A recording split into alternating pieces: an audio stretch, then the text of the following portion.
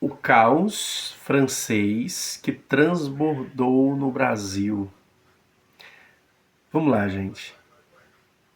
Para entender por que os franceses tentaram fundar uma França protestante aqui no Rio de Janeiro, a gente precisa olhar para a França do século XVI, que estava pegando fogo.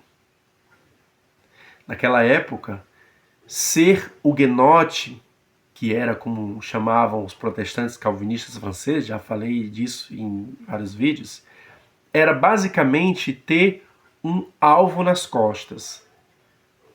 A disputa não era só sobre religião, era sobre poder.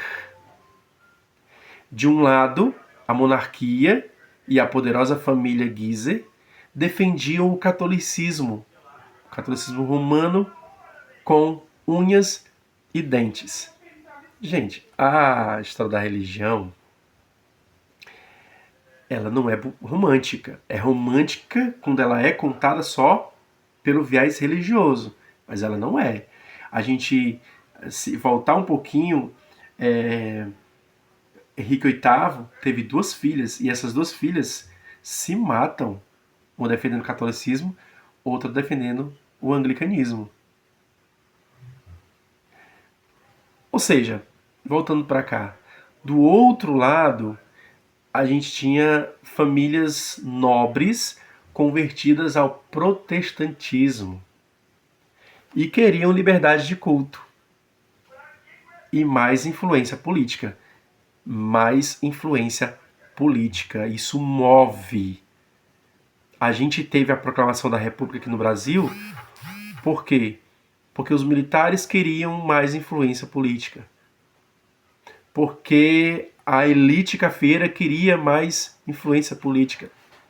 Assim também era na França do século XVI. Aqueles que estavam se convertendo ao protestantismo queriam liberdade de culto, mas não era só isso que eles queriam. Eles não só queriam a liberdade de culto, eles queriam também influência política.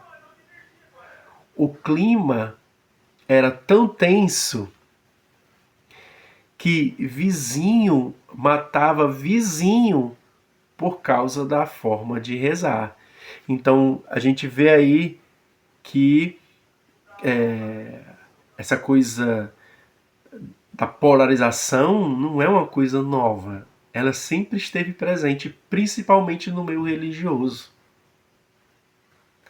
O auge desse terror foi a noite de São Bartolomeu, onde milhares de huguenotes foram massacrados nas ruas de Paris. Mas, antes disso chegar ao limite, surgiu um plano audacioso. Que era o quê? Por que não criar uma França Antártica no Novo Mundo? Veja que legal.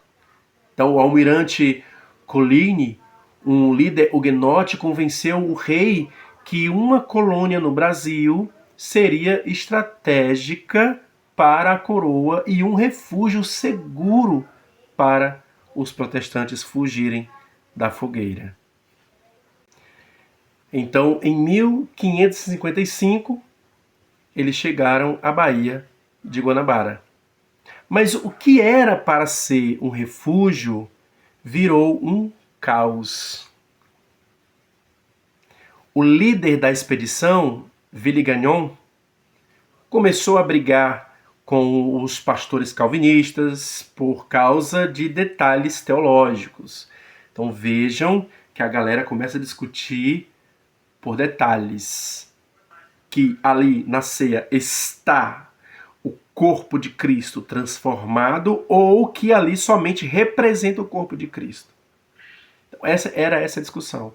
Então veja que a gente que é cristão, a gente nunca consegue sempre nós estamos corretos ou estão errados, sempre assim. Então entre eles mesmo acontece isso. Nós, eles. Nós corretos, Eles errados. Nunca tem um diálogo, um debate, compreensão. É a intolerância que está presente até os dias de hoje, infelizmente. Né? Então, eles estavam ali discutindo sobre essa questão, né? Enquanto os franceses batiam boca sobre religião dentro do forte, os portugueses se organizavam do lado de fora, bonitinho. E aí, no fim, a divisão religiosa enfraqueceu os franceses. Porque a discussão deles foi tão intensa que acabou dividindo. E divisão, às vezes, não é boa, né? E os portugueses, com o apoio dos jesuítas e de tribos indígenas, acabaram expulsando todo mundo, fundando logo depois a cidade de São Sebastião do Rio de Janeiro. Para quê? Para garantir que o Brasil continuasse católico. E continuou até 1889, quando houve ali a proclamação da República. Então veja que a história, ela está muito presente nos nossos dias. Infelizmente, aquilo que é negativo também. Mas a gente pode refletir, entender que se a gente quer ser cristão como Jesus quer que sejamos, a gente precisa dialogar, ser tolerante e não ver o outro como inimigo, mas sim como um irmão que pensa diferente.